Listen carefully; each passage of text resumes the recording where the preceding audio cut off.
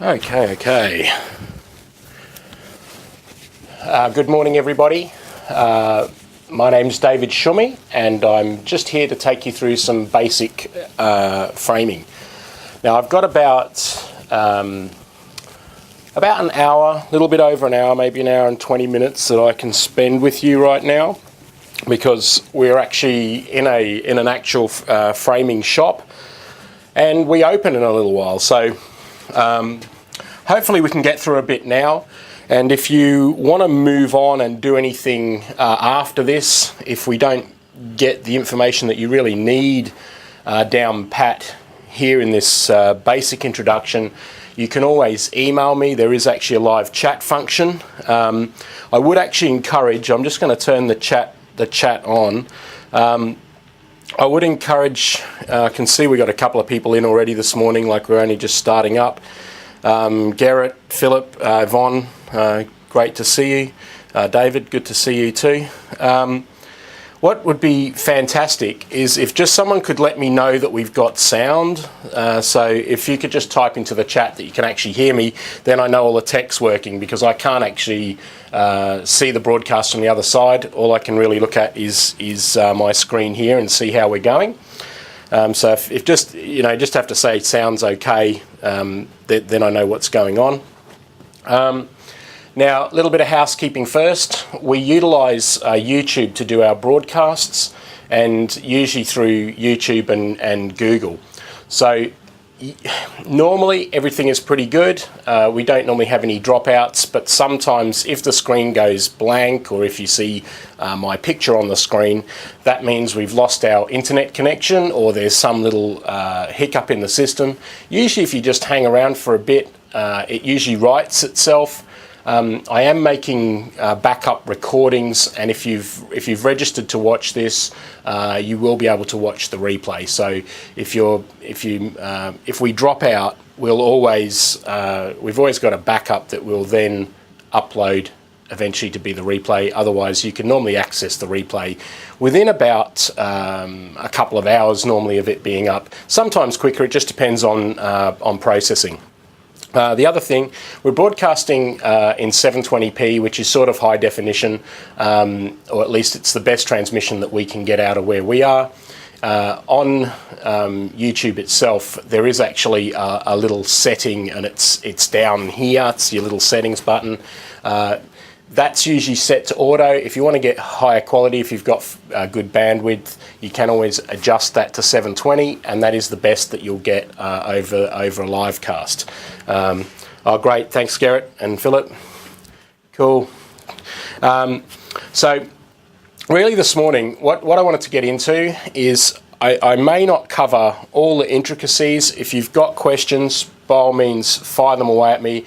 I'll try to have a look from time to time at the chat, and certainly I'll look at that. And if you need to get hold of me, you can always email me at contact, CONTACT, at fixaframe, fixaframe.com.au. There are plenty of other emails you get me through if you're actually a member of the Framers Club, or if you're doing the Easy Home Framer course. You can get me through those email addresses that are inside those membership areas also. So a couple of things. We'll have just a quick look at some basic mat cutting, which is probably the core of framing, is the matting. And then we'll try and get in, and we'll also try and cut a frame. Now, we may go further, or we'll just see how we go for time. So if there's anybody that's got any questions just before we start, just pop them in now, because I'm going to have a quick look and then we're going to dive straight in. So I'll check that out shortly.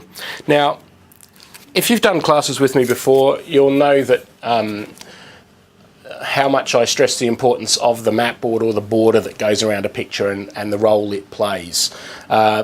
So I haven't brought a whole lot of examples here. I've just got a couple little simple ones, but to give you some example, on a piece like this, and actually what I might do, I'll switch over just to, I have got a little close-up cam today. I was going to work on the overheads, but we'll try on our little close-up cam. I just want to see if that camera's working also. So we'll just have a quick look at some of these in close-up if we can.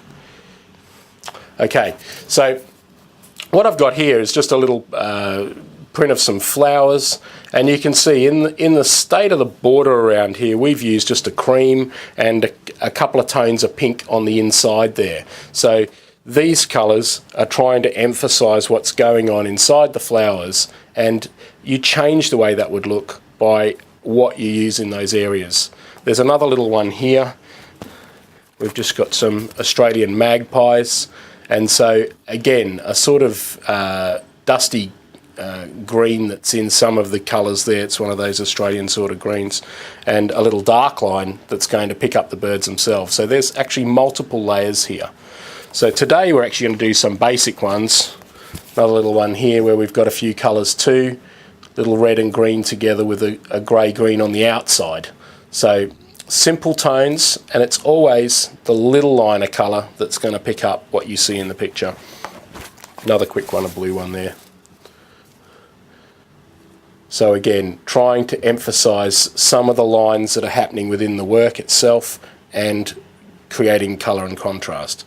So matte cutting, or the mats themselves, are quite vital to how your pictures look. And it's quite important that you choose the right colour. Now, we're not really going to go into colour selection today, but what we are going to have a look at is just a quick rundown on how to cut mats. We have a look at a little bit of equipment, one of the basic mat cutting tools, but in all reality, you can cut a mat board with a basic Stanley knife or utility knife and just a normal aluminium ruler or a steel ruler, something that's got, say, 1/4 of an inch or 6 millimeters thick. So quite possible to do it with a knife, and we'll give you a little bit of a demo with a knife if we get a chance. But more commonly, people use different types of mat cutters. I particularly like for people who are framing things at home, I like using the Logan Ranger cutters. This pretty old ruler here, this has been around with me now for maybe 20 years. And this is a more upgraded version of their cutter head, but that will lock onto a ruler, and so you have a track system. I recommend whatever cutter you use, whatever brand you use, choose something where you actually have a cutter locked to a track. Big professional machines use ball bearings and different nylon bushes and things, and the actual cutter and the machine are all one piece together. But we're looking at probably 10 times the cost of something like one of these little basic Logan compact machines. And most people, if you're into doing your own framing and you want to do quite good stuff, something like one of these little compact elites, or the next one up that they have is like an artist elite. Those are great cutters, and the reason they're good is that because they're open-ended, you can actually cut bigger than the machine capacity. So I always like that because it's an open-ended machine. They've now put a little squaring block in the end here, but you can always pull that out so you can get that open-endedness if you need to cut a really large mat. And of course it's got measuring stops and other bits and pieces. I'm not really going to go much into using the stops or technical stuff on the machine today.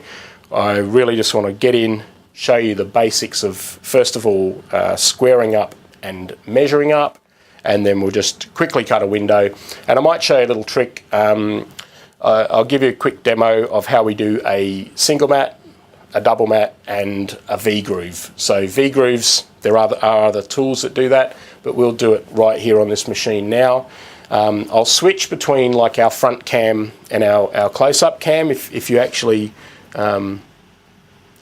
Philip's asking where can you purchase cutting machines.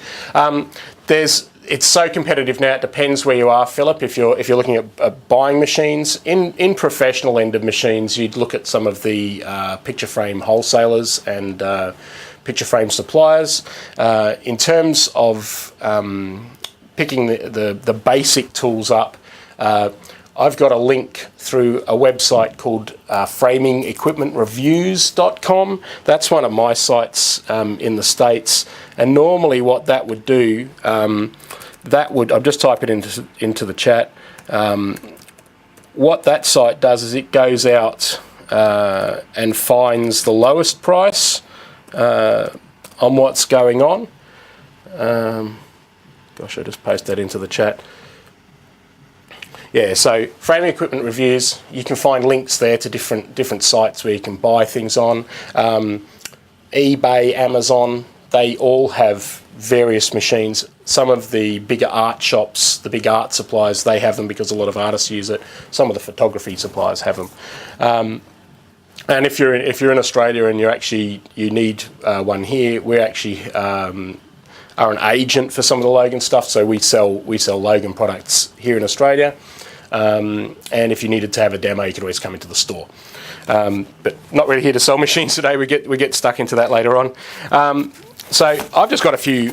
Basically, we'll have a look at what Matboard is. Matboard is a coloured cardboard. Normally consists of a coloured surface and a white core. Although there are various qualities. I suggest you use the best quality that you can afford. The better quality boards have greater fade resistance, and also they are, well, most of the boards that are made are acid free. Some boards are more acid free as such than others, or have better chemical properties than others. In the high end work, we use 100% rag boards or alpha cellulose or alpha matte boards, and those are a highly processed board that doesn't fade easily and it doesn't damage artwork, because the two purposes of the matte is to enhance a picture that's going underneath glass, and the other reason is that it will enhance the colour and it gives a space or an air gap from the glass. So you don't want a picture pushed up on the glass, otherwise what happens, a picture can stick. So that matte is buffering the picture from being in contact with the glass where the moisture and the chemicals congregate to as such. So, you know, your frame's normally warmer on the inside than the rest of the room because there's glass on it. So if you imagine it's a small little glass house, and so that change in temperature creates a convection current. It's only a small transmission of energy, but what that does, it can draw moisture through from the backing, through from the wall, and from the air into the frame itself, and usually that moisture ends up condensing on the inside of the glass. And so the matte board itself takes that moisture up and helps regulate what goes on inside the frame, and consequently the matte takes the damage that the picture would take if it didn't have one. So we actually looked in one of our Framers Club trainings, which is our people are members of Framers Club. Actually, I'll pop it up. I'll pop it up on there now. If anybody's actually interested in Framers Club, Framers Club is one that I'll just pop it on there. Framers Club is a monthly membership where we do more advanced training. Now, some of you are probably already members with me there. I'll pop the link if you need to look at it later. Now, basically, we do all of our working out on the back of the board. So the first step is usually to square the board up. So in this example, we might actually use a couple of colours. We might use that burgundy and a grey colour together. And the only reason I say that is they are already a couple of sizes that are close, and we won't go too much into squaring up at this stage. But having your board squared up is vital. I demonstrate a method inside my basic training class of drawing diagonals on the board and then being able to square up. So basically, if you took on a board and you drew two diagonals and measure out from the centre, if you measure out an equidistant along the diagonal and join up those lines, you end up with a right angle, and then you can trim that and square it. On a machine like this one, it has a little measuring bar.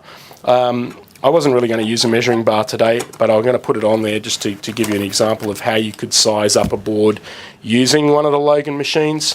If you're sizing up, you don't necessarily need your little side scale in the way. So when we're sizing it up, and again, normally you have a board that goes underneath your mat when you're cutting it, but when you're squaring up, you don't really need that board in place because it's going to cut into the channel there. the bit that needs the slip mat underneath is when you're cutting the bevel. And when you'll see in a minute, the cutting the bevel in a mat board, we want it to be really nice and clean. So this has a little squaring arm on there. So if I was going to size this up with the machine, I could use the measuring stop to actually slide and set it. And then I could trim this and turn it against that squaring arm to square the board. But as I say, in my other class, I demonstrate a diagonal method. If any of you guys actually wanted to see that, you could just let me know, and I'd demonstrate squaring. But I'm assuming that you'd be able to find some of that other training and have a look at how you square. So with measuring up, if we were going to, I'll do quickly on a scrap bit. Where did I have? I had a nice little bit of. I'm always wary about using, it's funny, the back of the boards is always white, and when we come to some of our close-ups and things, the camera gets like a white fright, so I'm always wary of using white too much when we work things out. But basically what I'll do is I'll switch over to the little close-up and we'll run through some basic calculations so you can see how we would determine the size of the board that we were going to cut. Now, so let's put it down on here, because I hope you guys can see me working some things out. So if we're going to measure a picture, if you imagine we had a picture like so, and we'd actually measured this up, and when you cut the hole in the mat board itself, it's got to be smaller than the picture itself. So what we're looking at here is, say, imagine the hole in the board, and that hole size would be 1/4 of an inch or 5 millimeters on each side, less than the size of the paper or the picture that you're framing. Now when you're a framer, you're the editor, so you can always bring this in or out to enable you to straighten a horizon, crop a family member off that you don't particularly want in the photo, or if you'd taken a picture and there was something on the edge that you wanted to cover up, you could bring these pieces in. So first of all, you really need to know what these sizes are. So in this example, say I was framing something that was 12 by 8 inches, or in real terms it might be 203 or 205 millimeters across by 305 or 306 millimeters high. But when it comes to measuring the window, because we're going to overlap, I'm just going to allow, say, 200 here, and this way here, I just write 300 there, just so that you get a graphic representation of how we do it. Now, I would normally write that down on my board, just like this. I'd have 200 by 300, and that would be my window size. Now what I'd need to do is determine first of all whether it was going to hang portrait or landscape. Now in this example, we all understand nowadays the difference portrait and landscape because we all use computers. When a picture hangs with the longer side in the vertical, it's a portrait. If it hung with the longer side in the horizontal, it would be considered a landscape. Now this may not make much difference if you are making an equal border all the way around the picture, but often what happens when we frame a picture, we like to make this section on the bottom here, if it was hanging in a portrait format, deeper than the top and two sides. Now there are different reasons for that, and you can investigate different harmonies and things as to why we make that bigger. Some people prefer to make it equal, and sometimes when you've got a symmetrical picture or a square picture, you may have it even all around. But as a whole, pictures generally look a little bit better with a slightly wider bottom to them. So in this example, it would be portrait. So I'd normally write that it's portrait, just to remind myself that the 300 was the vertical measurement.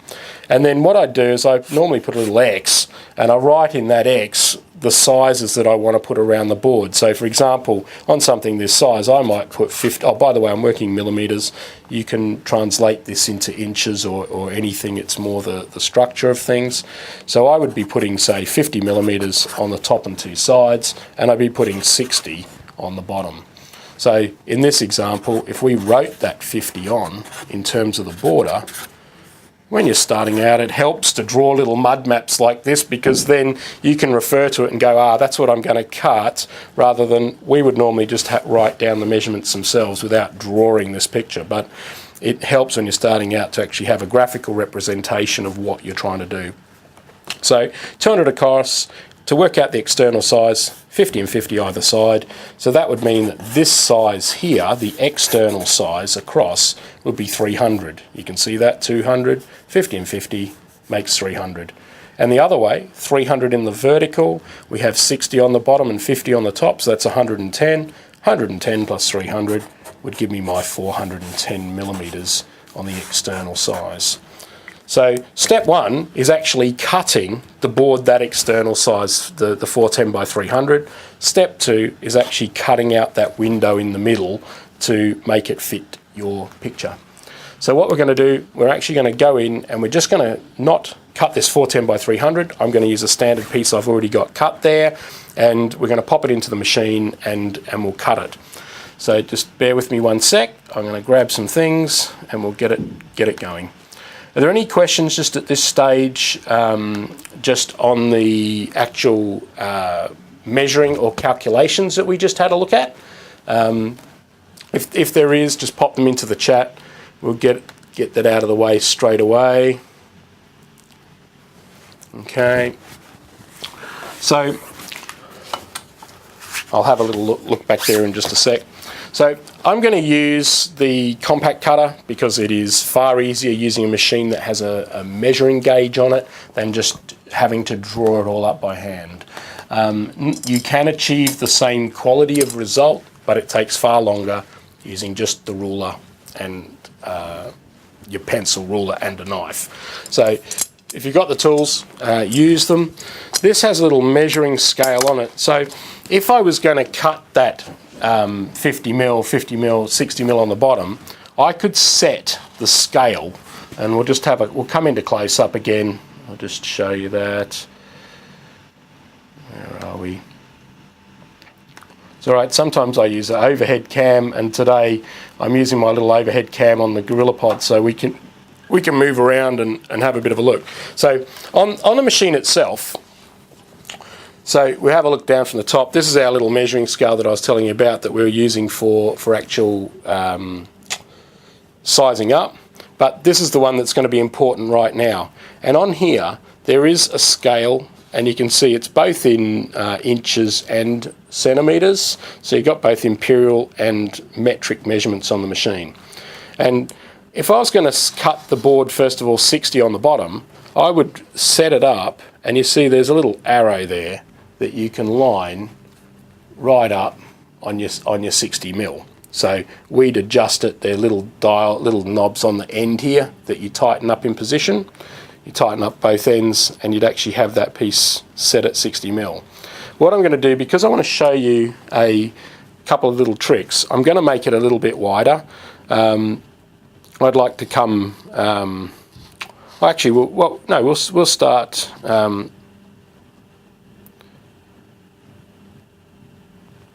We'll start there at 65. So first up, I've just set it up at 65 mil, or about 2.5 inches there to cut. And what I'll do, I'll put the little, hopefully I'll be able to pop this on here and we can get a bit of a look at how we come in and do it. So just playing with the piece there. Now, normally you'd put a scrap board into the machine, and the scrap board is there to protect not just to protect the cutter itself. You can't hurt the cutter with your mat cutting tool, but it is to provide support to the mat board that you're cutting. And it's important that this bit of board is clean. Usually the best thing is to use offcuts of your mat board. So when you've got pieces that you've been trimming or cutting, you can then just keep those offcuts because they're very useful for cutting on. So in this example, I've got it set at 65 mil. I'd be putting my board in there, and basically at this stage, I'm going to take that measuring arm off. I don't need it there. Basically, I'm just going to push it up hard against the piece, and rather than using any measuring stop, I'm going to draw a pencil line just down this piece here. So we'll come around, maybe that'll give you a bit of a better angle there. So I'm going around drawing that 65mm border. Now in this case I'm going to make it even because it's quicker for the demonstration, but if you were making it bigger on the bottom, this is where you would adjust that out to that greater depth. So all I've done there, I've just marked up grid lines on the back of that board in order to cut it. Now the Logan tool itself, the little Logan mat cutter, what it has in there, there's a little screw and it holds one of these blades in there. It's very important, even when you buy them when they're new, they tend to bounce around in the box and they've already put one into the machine. So often you'll find that the first tip on the new machine is actually damaged, so check that even before you start mat cutting, that you want to make sure that it is clean. There's a little bit of grease here actually on the thing because there's been a bit of inhibitor on this blade. This is actually a new machine, except we had cut on it on the other end before, so you can see that little sort of burnt section on the end or worn section. That still looks okay to me, but just to be safe, I'd prefer to turn that around and just pop it back into the machine. That way we know we've got a sharp edge. Now there's another little thing in this tool which is quite handy. On the bottom there's a little screw here. Now you don't normally have to adjust that when you buy the tool, but if you're cutting thicker boards, this is actually a depth adjustment. So inside underneath here there is a little screw there that comes up from the bottom, and that screw is what controls how far this blade goes into the board. And the general rule is that the blade wants to go through the board, cut through 3 pieces of standard 80-gram bond paper, so your photocopying paper or something like that, but not the 4th one. So you don't need the blade to be terribly deep. The greater the depth you put into the blade, the more chance of it bending and also causing damage to both the machine and the board itself. So you can see there, this actually protrudes by only about 1.5mm or something like, gosh, what would that be? About a 1/16 of an inch, a little bit over a 1/16 of an inch out of the machine, because we only want it to cut through that board. So also a good thing on these tools, there is a little guide on the back edge, and they actually do have stops that you can put on these machines, but I'm not using any stops because some of you might have older models where you don't have the stops available. I prefer actually with Logan to use the guidelines more so even than the stops, because you can see where you're cutting, and then you generally don't run over that line. Now, a little tip here, I'm just actually going to put a couple of lines, crosshatch lines, on the other line that I'm cutting, and that's really just so I can marry it up afterwards to show you my little trick with a V-groove on this machine without going to use a special tool. So to start cutting, we line up our little gauge on the back edge in line with the board there, plunge the cutter into the board, give it a good squeeze. Now really you need to hold that rail down, and then you push from behind the board. And this is where I find most people can make a mistake, or they find it hard, and what it is they're trying to push against the machine, and really what you need to do is just be pushing from behind. So come behind it and push along the board until that line meets the line that you've drawn on the cut there. So there's the end finishing cut there that you line up with. So just like so. Now once you've cut that line, you can then pivot the board around and cut the other side. So I'm just going to whiz all the way around just quickly. And having a good machine makes it very, very easy to achieve quite good results with your mat cutting. I would always suggest you invest in something a little bit better, because the cutter itself Now that's actually dropping out, but what I will do, I'll stop short on this last cut, just so that I can show you what we would do if it didn't cut through. Because sometimes people don't either put enough pressure on the machine, or the measuring, it's better that you don't run too far. So just imagine I hadn't gone all the way. This board would fall out, but this last corner here is actually not coming out because I've intentionally stopped short. But I just want to show you on the front, the board is actually basically cut all bar this last little 1/16 or a millimetre there. Now, to finish that off, the best thing you can use is the blade out of the cutter itself, because that blade fits the slot. So I'm just going to take it out, and what we do is we put the blade in and let it sit. Now see how that blade is held just in by the board itself? The pressure of the actual bevel is holding that blade, and I've leant it over on the 45-degree angle as well. Now, a little tip here, guys, with all your knives, your Stanley knives, every sort of blade that's got a sharp edge on the base, it is the flat section of the blade that's doing the cutting. So if you hold the blade very vertically like this, you're like ploughing through it, and it's not going to cut very well. So the shallower the angle that you have, the easier it is to cut. Now that applies to when you're trimming the board with a Stanley knife or when you're trimming this out. But basically, because the bevel itself here is a 45-degree angle, if I kind of lean that blade over to 45, when I come up to finish the cut, it's going to end up nice and clean. So I'm not even going to apply really much pressure here. I just want to hold that as gently as I can and allow the board itself to guide me.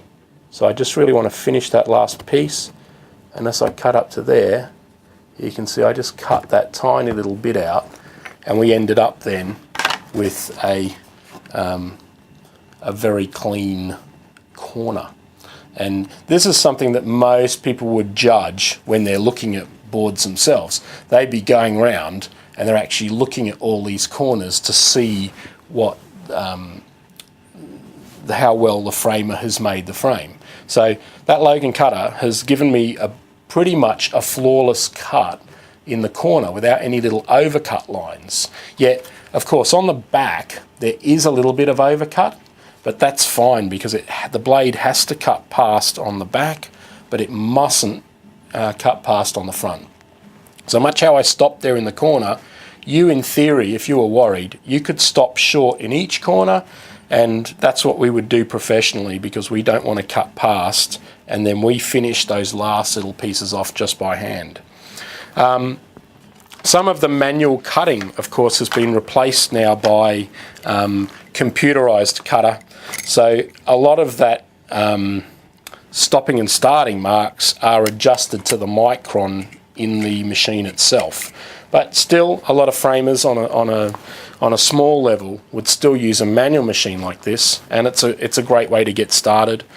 And as well, if the power went down, I would always still be able to use a machine like this, or if I had to go somewhere, and even cut a very, very large board, I could take this machine with me and I wouldn't have any problems. So that's our basic mat board, but I want to show you, like, here's a couple of little tricks. If I took that piece that I had out of it there, this is the off-cut piece, and what I can do, if I take off the measuring bar on the machine, I'll just give you a quick little rundown on something where we do a V-groove. Logan does make a V-grooving tool, but you don't really need it if you're going to use something like this and you actually understand where you're going to do it. There are about 3 or 4 different methods for doing this, but this one works quite well with this particular machine. Sometimes you can just turn, like if we had that board in there and we had it face down, we could actually tape that piece back in and then put it back in and cut it face up. But it's hard with this type of cutter to judge that start and stop line if you're doing a V-groove that way. But by using it this way, just putting the offcut, the dropout, into the machine, backing it up, so that what we've got there, we've just got the, all I'm doing is I'm lining up the back edge of my my board, so you can see it actually sticks out by, oh gosh, about the width. I'll tilt it up so you can actually see there, it looks like quite a lot sticks out, but when I tip it up here you can see I've just got it sticking out by about the width of the mat board itself. And then when I come along to cut that, I'm just going to trim that off with the cutter again. So I start before the piece and I come along and I've just cut this little hairy piece off here. So it's just a tiny little section that I've cut off. And then all I do is I pivot it around, I line up the next section there. And again, I'm just doing this by eye. You may want to use a stop of some description if you're very concerned about accuracy, but I'm trying just to, each time I turn it around, I'm just trying to visually line it up as I see it. So pivot around the last one. And so what we got here, this will be, and this is why I actually drew those lines, and you'll see in a second that, so I've cut just 4 little strips off like that, which are just the tiny little pieces off the edge. So I've cut the bevel off, they're rubbish. Here's the piece of board, and what I've done, I've gone around and I've actually trimmed all the edges, and you can see that's got a little white edge on it. On the back here, I had those little marks, so you can see that little pencil marks there. So what I'm going to do, I won't hold it too close for too long to the camera because it will get that flash. That's so when I come to put it back into the board, it will actually line up with the lines I had on the board there. So I'm just going to tape that together. You can have a little look from here. So face down, I'm putting the window back in there. I'm lining up those lines on the back, and then I'm just going to tape that. And you'd normally use something like your Filmoplast tape. It's a good white tape. There are plenty of other ones like the ASAP tapes or the Linico tapes for taping. It's good to use a good quality tape. All I'm going to do here, I'm just going to put a couple of pieces. We don't need to, normally you'd tape this all the way around. So that's going to cover, I'm just taping the front there, we'll go around. Oh, don't you love these dispensers when they get stuffed? Here we go.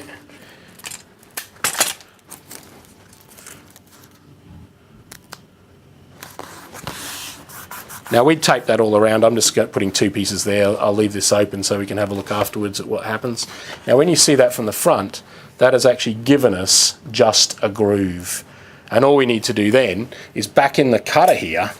When we come back into the cutter, we put our bar back on. And in that last example, I'd cut it at say 65 mil. I'm going to come in now to say 80 mil. And what that's going to do, that's going to make the border from this little groove that we had be 15 mil away from the edge of the board. And this is actually quite a nice distance. Like usually when you're doing decorative things on mat boards, the decoration wants to actually happen. Okay, yeah, I'm just looking, I can see there, Garrett, a couple of questions. I'll get to those, Garrett.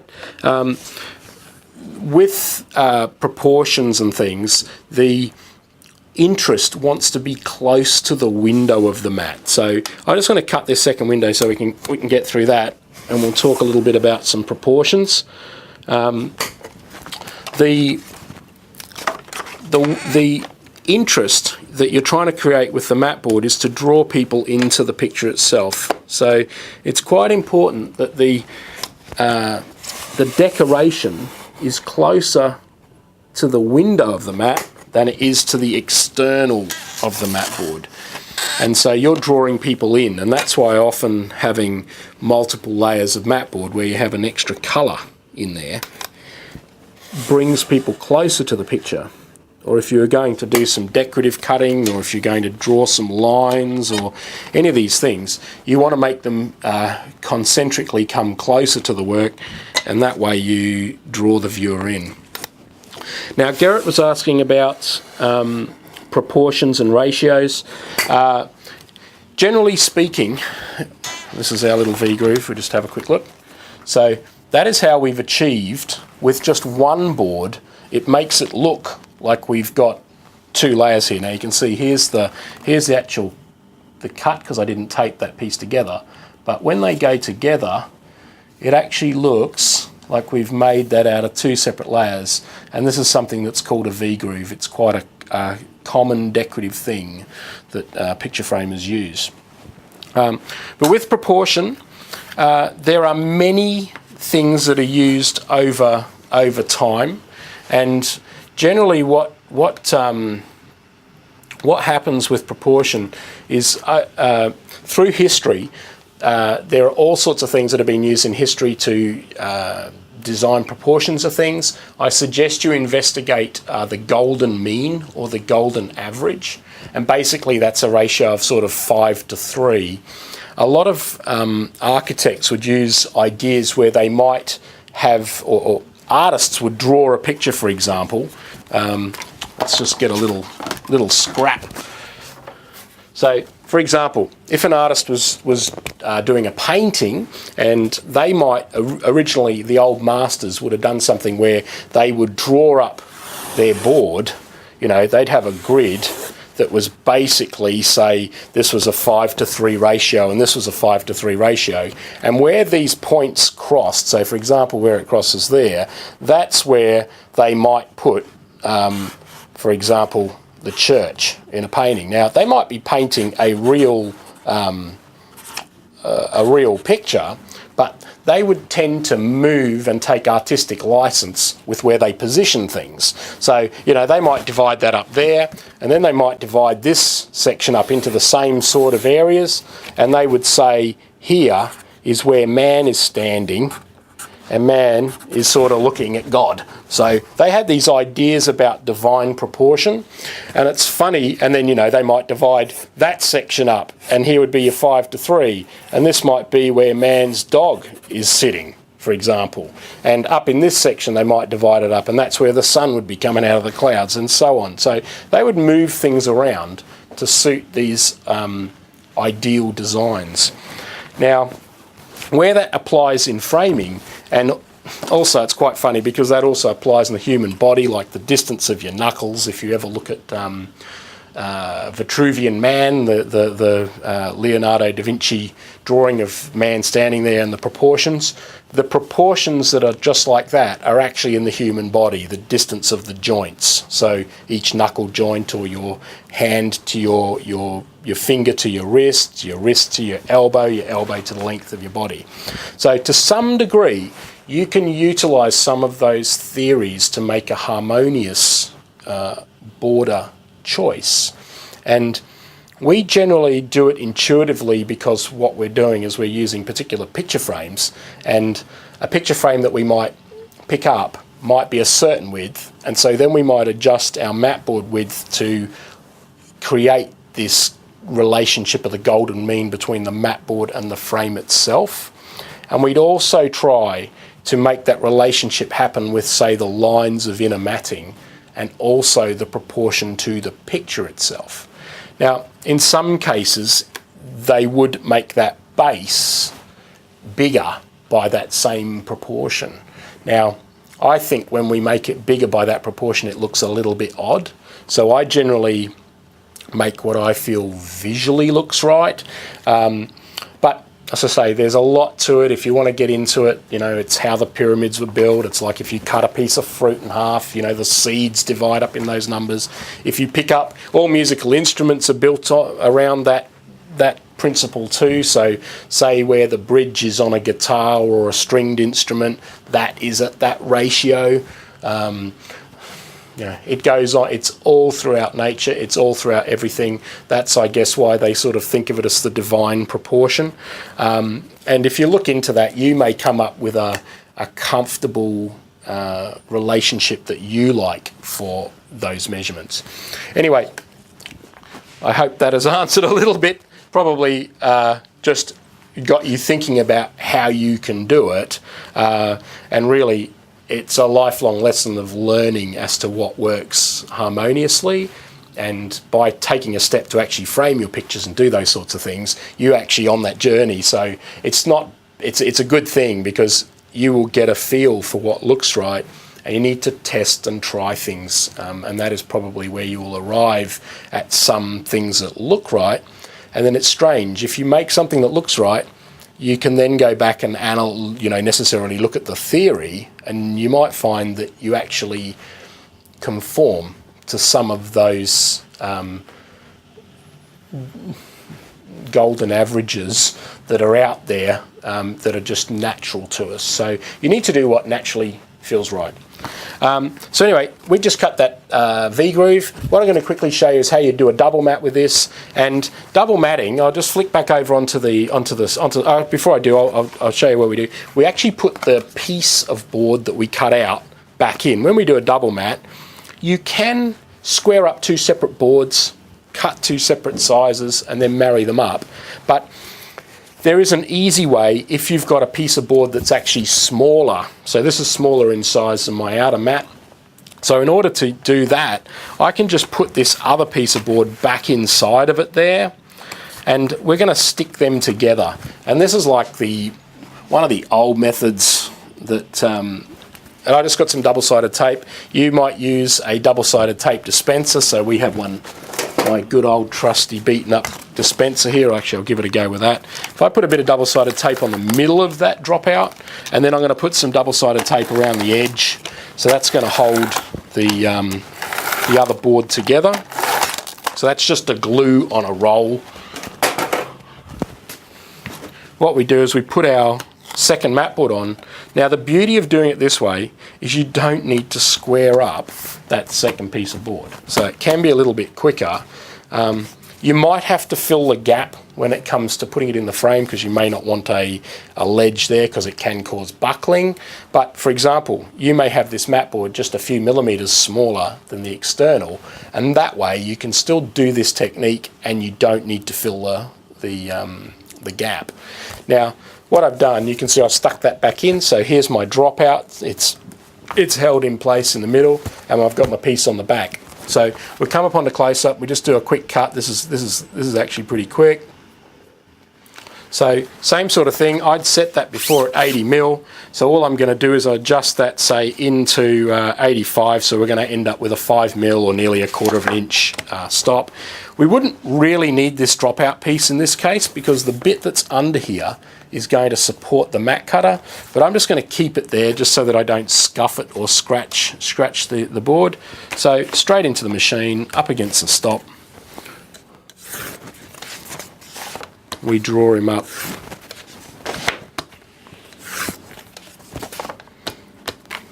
So again, just even in this case.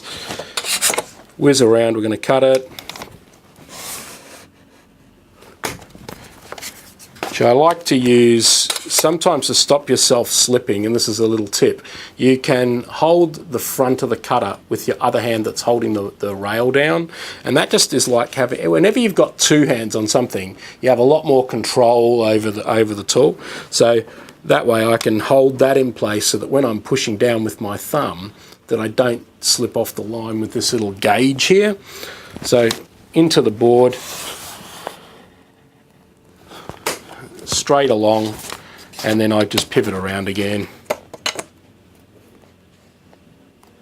We cut two sides there. And the good thing about a machine like this is it will take probably 7 or 8 layers of board. In fact, I think once I tried making some mat boards that had that huge number of layers, and what ended up happening, of course, is you have this multiple little steps that run into the piece. It looked quite good. Now that's actually dropping out there because I'd come right up to the line, so you can see those pieces that are coming out actually stuck together.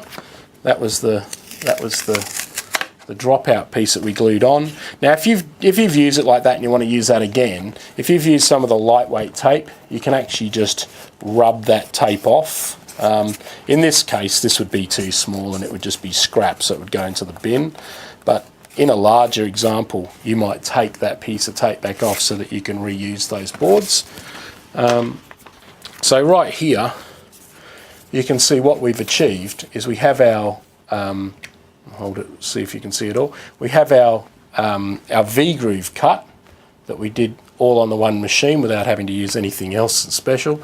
And then we've got our little inner line that is bringing us into the work itself. And this is sort of starting to get where we might have this golden mean or 5:3 ratio between the step here and the line here. So you're starting to get some of that harmony into your framing. So that's just your basic mat cutting. We're running reasonably well on time, although we may not get into actually cutting a frame this morning because that we're getting right into it. But I just want to see also Garrett asks, all mat boards the same thickness? Mat boards are not all the same thickness. The general, if you put a micrometer on your standard mat board, it's normally that 1.3 millimeters thick, 1.25, 1.25 of a millimeter thick. But different mat boards, different brands have different thicknesses, and it's important to understand that each one may cut a little bit differently. So, you know, usually the big name brands are pretty much the same because they want to be interchangeable in a framing shop environment. But what there are specialty ones. So when you get into some of the rag boards, they're sometimes measured in ply. So this type of board itself, your standard coloured board, might be considered, say, a 3-ply board, or that 1.3 mil thick. Some of the rag boards are 4-ply, so they're a little bit thicker, pushing up to that 1.5 to 1.8 millimeters thick. When you get into other things, you then have double thick board, which is again a double thick, and then you also have what they call 12-ply boards, which give you, when you cut it, it basically would have 1/4 of an inch of bevel. So it's not 1/4 inch thick, but it might be a bit over 1/8 of an inch thick, but when you actually bevel it, you end up with this really large cut. Incredibly difficult, by the way, when you're getting thicker boards to cut them well. So thin ones relatively easy.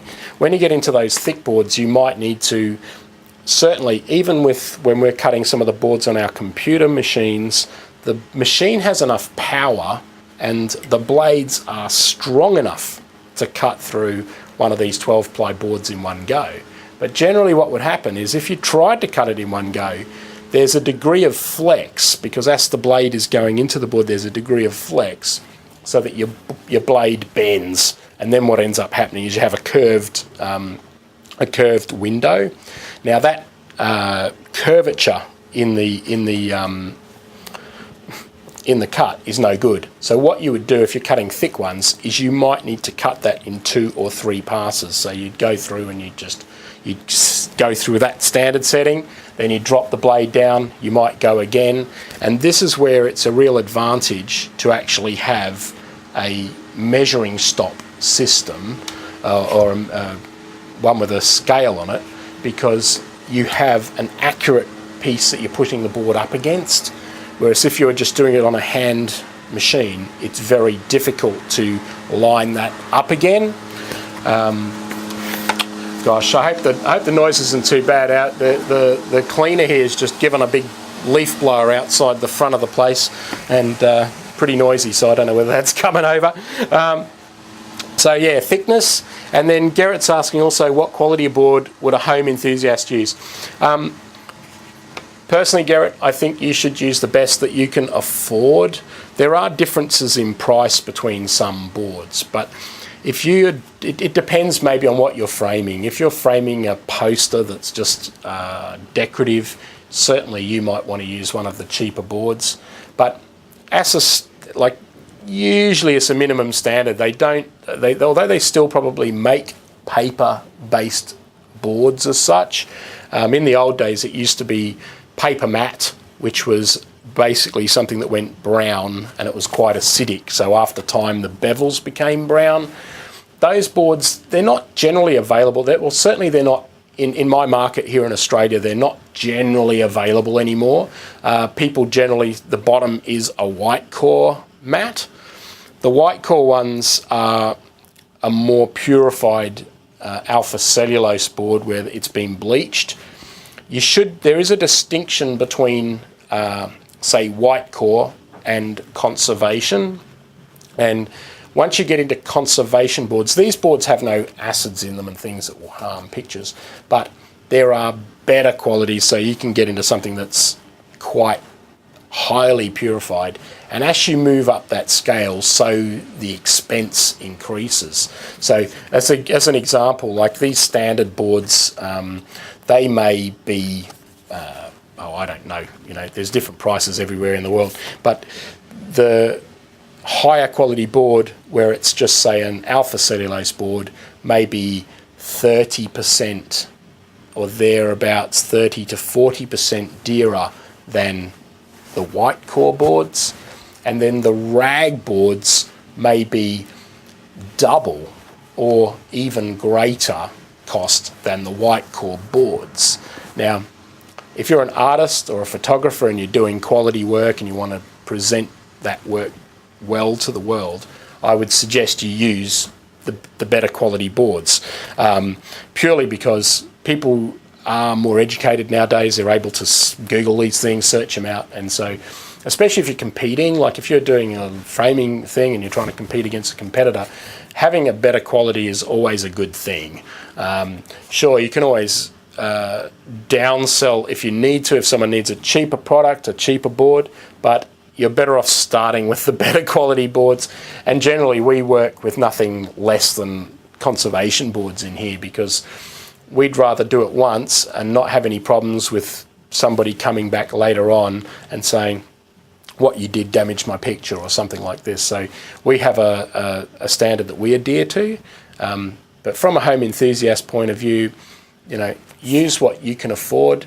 If you can afford a little bit better board, do, because that area, and certainly the quality of the backing material that you use when you're framing, will add to the longevity.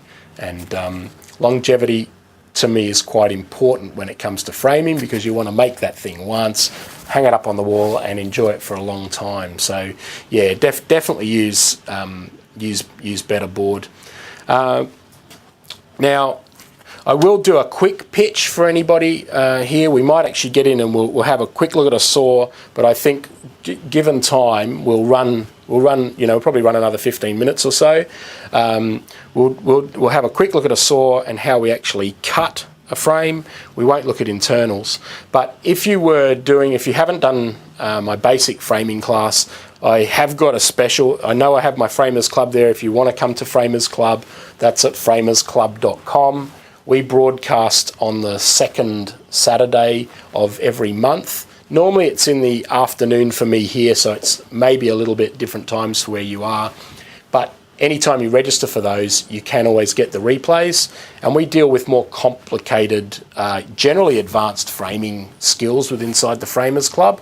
But if you need a basic class, if you haven't done one, I have actually got a DVD set, and I have a online through Easy Home Framer. But if you wanted to join that, I have let me just take this one off and I'll pop one in here.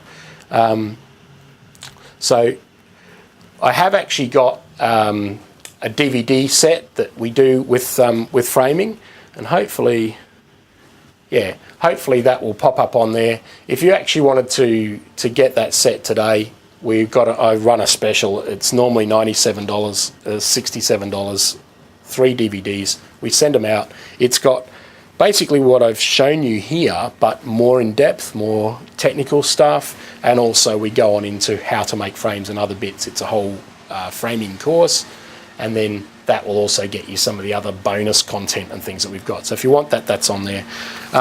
Anyway, let's have a quick look at how we cut a frame. Well, I'm just going to pop the little mat cutter out of the way, and we're going to have a little look just at a basic saw. This is my old trusty. Let's get this little webcam out of the way for a sec. This is my little trusty Nobex saw, my ProMat saw. This is an old version. Many of you would use a saw like this. We'll have a bit of a look just up close so you can get an idea of where it's at.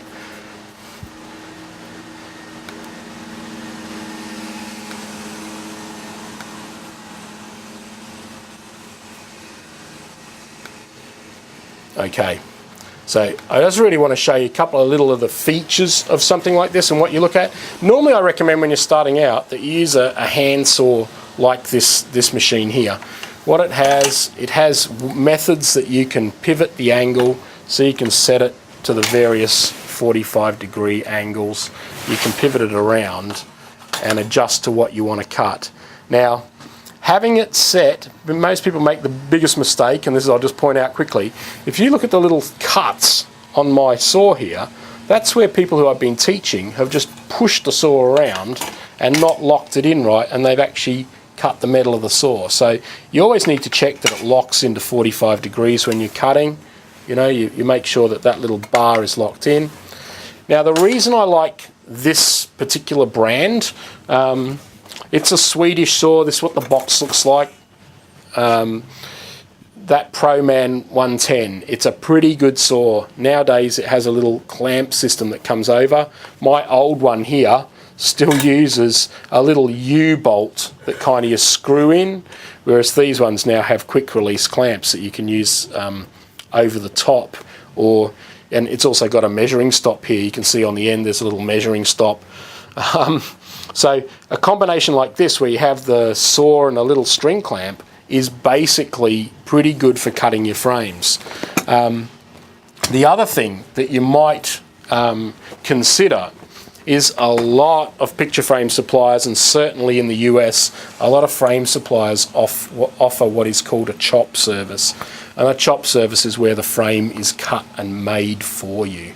But we'll give you a quick rundown. This, I've got my two little clamps on, and normally when we're cutting a picture frame, I won't go in too much to the actual calculations and measurements, but from a basic point of view, I'll get a little bit of wood just to show you something. When we actually cut a picture frame, what we're doing is we're going to miter it. If you imagine, we're going to miter it across here. And we're going to miter it from the face. But the measurement that we're making is usually inside here that fits the picture. But when we actually come to do the calculations, we need to calculate what it is externally. So there is a calculation that we use with picture framing, and if you imagine each time when you cut a picture frame, I've got my little other measurements upside down here, but I'll quickly draw a diagram of a frame for you here. We have a quick look. So this section here, back edge, I'm going to call it Y because I'm going to use it in a calculation in a sec. This edge here would be our sight edge, and this bit in here is our rebate, or rabbet sometimes it's called. Now when you cut your picture, the board that we just cut would be fitting in here. You can imagine this would be our mat board. Now that mat board or glass or whatever that we're putting into the frame, the external size of that is here, but when you come to cut in the saw, you actually need to know what the measurement is out here. So this width, we need to actually use that in a calculation.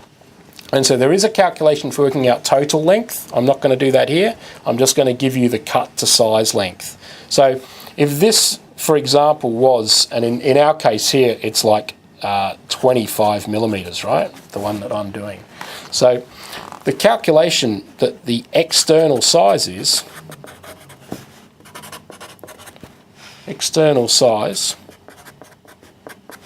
equals the internal length. Now that internal length is the exterior of the mat board. So for example, in our example before, we were cutting something that was 300 by 400. So if we imagine that would be the 300. Then it's going to be the internal length plus 2 times y, being the width across the back of the frame here. So twice the width across the back, and then we also make one other allowance there, which is plus 2 millimeters allowance.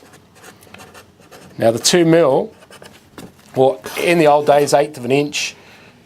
See if I can get that calculation for you there. So external size is the internal length plus twice the width of the moulding plus a 2 mil allowance. Now that, in our example, if we had 300 here and we had 25 here, 2 times 25 would be 50 and 2. So we'd be cutting 352 on the external size to end up with an internal size of 300. Now we actually end up with an internal size of 302, but if we cut the size exactly 300, the two wouldn't fit together. So we always make that little allowance on the end. Now when we come to cut it, the trick there is the saw itself, or with the, let's see if I can pop it over there, we can have a quick look at it. With the moulding, the moulding's going to flow in through the saw itself. Get a little bit of space. Normally I'd clamp this to the bench. In fact, we'll pop a couple of clamps. Just flick him back over there.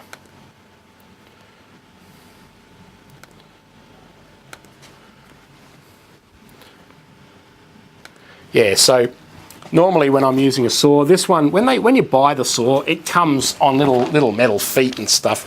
It can be just put away, you know, you can fold the thing up and put it away, but it helps if when you're cutting, just screw it onto a bit of wood or have it screwed down to your bench and it doesn't move around.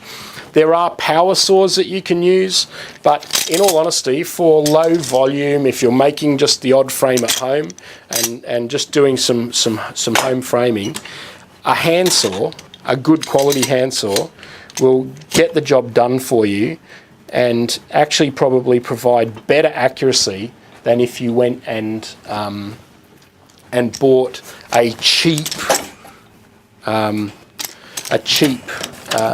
power saw, for example. Like cheap power saws don't have the, gosh, that's a bit loose there. So cheap power saws don't have the quality of cut.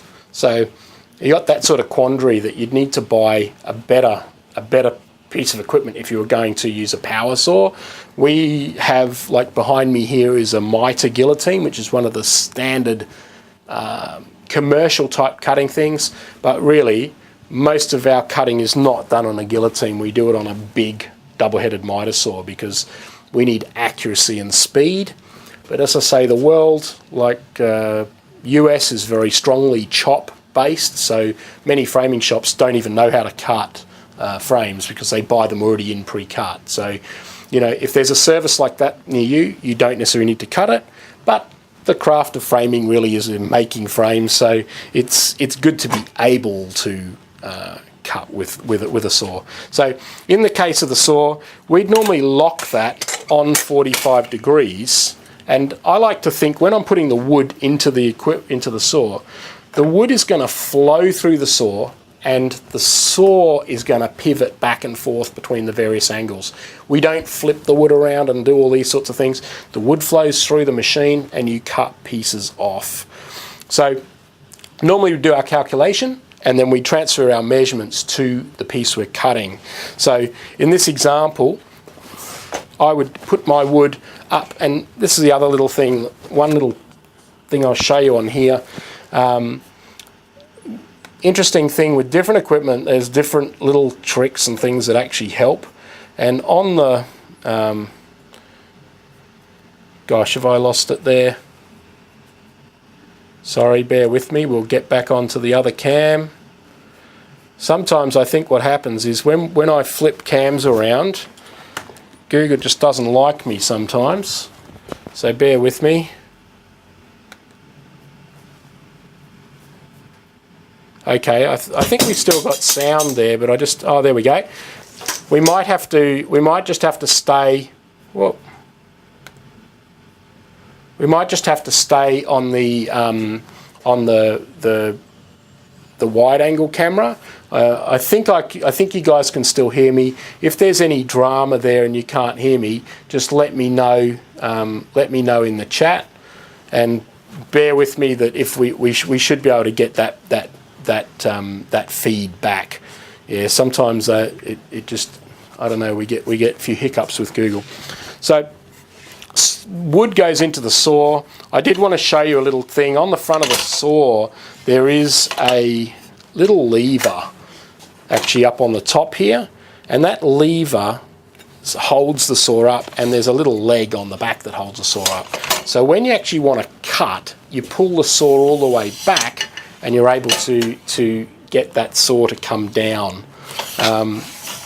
So I like it because it's one-handed operation, so I don't have to take my hand off the piece of wood that I'm going to cut. So my wood would go in past the middle of the saw and I'd clamp it in place. And if you're using the one with a quick clamp, it's just going to squeeze one squeeze and you're clamped. So you need to hold the saw, hold the wood, pull the saw all the way back to get it to come down, and there's your one-handed operation, which is what I like on this machine. Saw cuts when you push, not when you pull in this example. So you sort of push into the wood and you rock back. So it's actually a rocking action. So I like to think of singing a sea shanty or something like that. So just gently. And this is not particularly the quickest method to cut a frame, but what will happen, you get through there and you end up cutting that frame quite quickly. What I'm going to do, I'm just going to set my stop. I'm not going to do the measurements here in this case. Well, actually, I'll show you how we do the measurements. When you finish cutting, pick the saw up, put it out of the way. Now, I won't come up into close-up because that seemed to cause trouble with our feed with Google. So hopefully we're still getting it on the little Logitech over here. So I didn't sand the whole miter there. You don't ever want to sand the miter itself, but what you do sand is just the back edge. The saw leaves a slight roughness just as it comes out the back there. You can use chip breakers and things, but on something where you're using a very fine blade like this 24 tooth blade, you get only a very small furry bit. So just need to take off that edge, don't sand the miter itself. So what we'd do is we'd measure down our back edge, and in the case of that it'd be 352, and we'd make a mark on the back edge of our moulding. When we put the moulding into the saw, we put that all the way through and we line the mark up with a centre line of the saw where it cuts through, and we clamp that piece in place. So this is my little slow clamping device, but it'll still work. So you can put clamps on both sides. Now at that point, you can use your measuring stop, or if you've got the more advanced saw, it's actually got measurements on it, so you don't need to go through and measure like I showed you. You can just set the stop to the measurement that you need. I put that stop up against the end of it, and that's so that I can duplicate a second piece. And this is where most people go wrong. They don't utilise the stops on the machine. When you've got that stop set there, what it does is it actually gives you the ability to set that length. And when you have that length set like that, you're able to duplicate. Duplicating the lengths or the pairs of moulding when you cut them is the most important thing to getting the framing right. So then you've come through to this side, you pivot the saw out. So I always like to think I'm making the frame around myself. So when I'm cutting that end of the moulding, I've got the saw facing out to the right there. When I'm cutting this end of the moulding, I've got the saw facing out to the left. So we then come through and cut our piece. When I get about 3/4 of the way through, I like to reach over and actually hold this side, and that way we end up with a bit of extra support, and we have our first mitre. Now you'll notice that this piece of wood in the saw still has a mitered section on it, but this mitre is facing the wrong way. So this is where we need to cut off the next little section, and that's what adds up to the wastage in picture framing. So you need to allow for wastage, and I'm not going really into that here this morning. If you want to look at the wastage calculations, they are actually inside my basic training, and I take you through how to calculate the lengths of everything that you need so that you don't go buying too much stuff, or too little stuff, which is even worse. So all I'm going to do, I'm just going to finish that last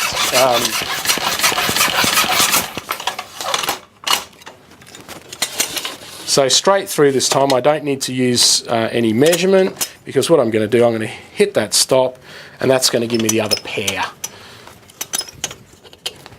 And we come back around again. I'm being quite brutal with my cutting. You would want to be gentle and fluid.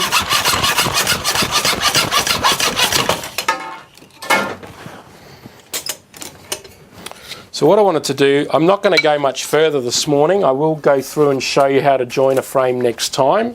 It's just we're getting very close to when the guys are going to want me to let them in the door. In fact, I can hear them knocking away out there. So I just want to quickly show you this, because this is the other tip. And we will get into next time, like I'll try and do, if you are interested in this, please shoot me through an email, either join the Framers Club or get my home frame training, or at the very least shoot me through an email and say, David, I'd love to see how you join that frame. Because what I'd do is I could take you through maybe in a week's time or something like that. It might have to be 2 weeks. It depends on how my schedule is, but I could come in again at this sort of time in the morning and go through and take you through the next steps. So little tip here. When we've got a frame like this, and I'm going to come up to the camera so you can have a bit of a look. If you just give me 1 second, I'll flip this over here. So what I want to show you here, hopefully I'm not too close to the camera, I can't really see where we are at. So this, you got a little rough edge just on the bottom here, but what we've done is we clean up just that tiny little furry bit with a bit of sandpaper, and again just some 240 or 320 grit paper. Now these are the two pairs, and this is the key, that you really want to have the lengths of your frame the same length. So when we've got it there like that, we know that we're going to make a good frame when they're perfectly paired up. If they're not the same length, then you need to check your cutting and maybe cut another piece. Now here's the tip, and this is the tip I'll leave you with today. When you're going to put this together, and this is like the little secret that some people don't really show you.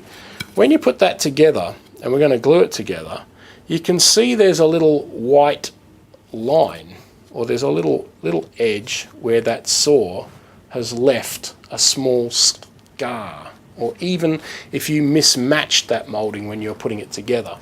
So in order to cover that, the best thing you can do is to use, like this is a Copic marker.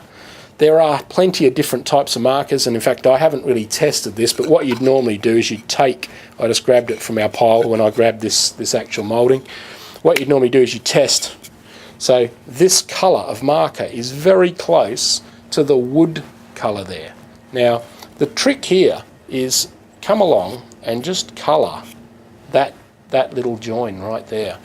Take it down here like so. Make sure you've covered, I can see there where any little mark where the saw had come out of the moulding. And what you do is you do that on all 4 pieces. I've only cut the two longs here, but then if you see, when we've actually got that there like that, when we put it back together again, you end up with a perfect joint and you don't have any unsightly marks. Now, after you join it, there are other methods as well to fix things up if you've had problems. And what we do is we'd normally use some V-nails and a string clamp. Some V-nails and a string clamp to actually join that frame together. So we'd set it up on the table, we'd clamp it, and we'll pin it from the back. Now, I can't show you that today because just time has got away from us, but I'd like to thank you for coming. If you need to know more about framing, you can always check out, I have stuff on the Endurart channel, so at YouTube, youtube.com/Endurart, ENDURART. That's my framing channel on there. And in there we have other tips, free tips. But if you're really serious, go ahead, join the Framers Club. You get good value. I try to over-deliver on all the training that I do. And certainly I'm here for the long term to take you through framing from both basic stuff right the way through into all the fancy framing. So I know some of you have already members, already tried out the things that I do there.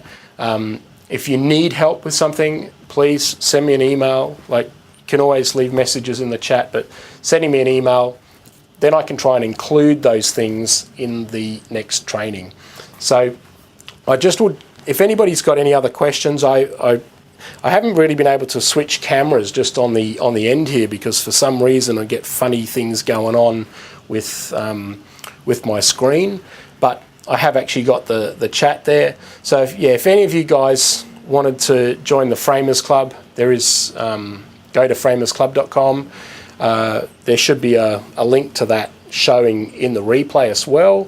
Otherwise, like anybody who's been live on the call today, you can get my DVD pack, $67. We'll mail it out to you. We ship them out of the States. So usually about a week to 10 days if you're in the US, maybe up 2 weeks worldwide. So if you've got any other quick questions, I can answer them in the chat there, but then I'm going to have to wrap it up because we're nearly ready to open our store for business today. So if there's nothing else there, I'll just have a quick squeeze. So yeah, I'd just like to say a big shout out, Philip, Garrett, David, Yvonne. Thank you for coming on the call live. I know there's going to be lots of people watching this on replay too, and I thank you very much for your support. I hope to see you on the next training. I'll send you out an email if we've got something going that might interest you. Just hop on because then you can always join me live. Okay, I got to go. Thanks for watching.